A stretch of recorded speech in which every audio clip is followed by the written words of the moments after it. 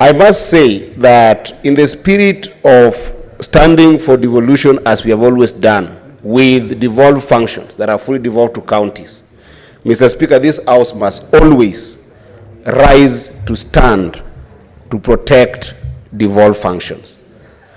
Mr. Speaker, we cannot sponsor a bill in this House where we are creating anything, national agency, national department, national councils. I think that, Mr. Speaker, we have an opportunity with this bill because it's a unique one, given that data management and data protection is a different animal altogether, Mr. Speaker. But I think that the provision of this bill that gives the function for the digital health agency, we should revisit this and make sure that we move an amendment to ensure that instead of a national digital health agency, we have got county digital health agencies. That is when we're standing for devolution, Mr. Speaker. This bill also does provide for board of directors of the digital agency. It goes without saying that is either we have that board of directors predominantly dominated by county officials or people who are protecting devolution, but not national, or otherwise just have that board at the county level. Mr. Speaker, this bill also does establish for the comprehensive health information system. Mr. Speaker, I think that there need to be clarification that needs to be made to make the methodology of this system to incorporate ICT elements in the counties, Mr. Speaker, for better data collection and data protection. Mr. Speaker, this bill also provides for a consent to e-health services, but it doesn't actually give a comprehensive protection of rights of both patients, as well as give obligations to people who are taking this data from patients to be able to actually protect those rights. This is something that I think that we can be able to amend and make this bill better.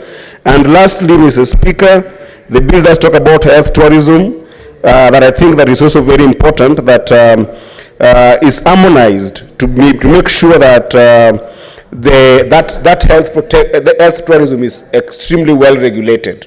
But that said, Mr. Speaker, in the remaining 1 minute, Mr. Speaker, a senator has gotten up in this House and raised a very serious issue that I have seen you deal with before in this House, the issue of plagiarism of a bill of another senator in this House, Mr. Speaker. I think that as a House, you know, when Senator Ledama raised this issue, Mr. Speaker, I didn't want to rise on a point of order to seek your pronouncement on it, but then when I went to check, I actually realized that Senator Mida's bill was actually gazetted as Gazette Supplement number 177, and this bill that we're discussing was gazetted as Gazette Supplement number 164, which goes without saying that Senator Mida's bill was indeed the first one and is still in our Senate bills, Mr. Speaker.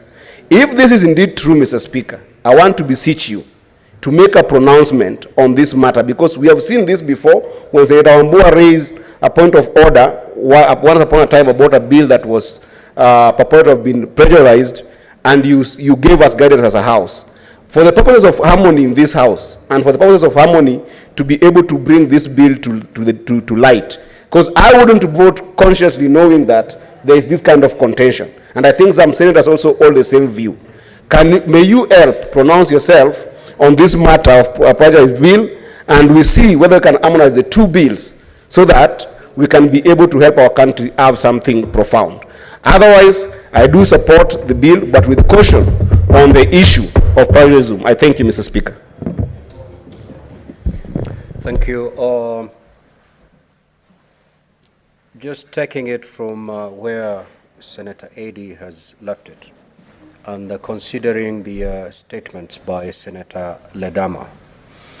Senator Ledama, you're a member of the Senate House Business Committee that looks into business that must be transacted on the floor of this House.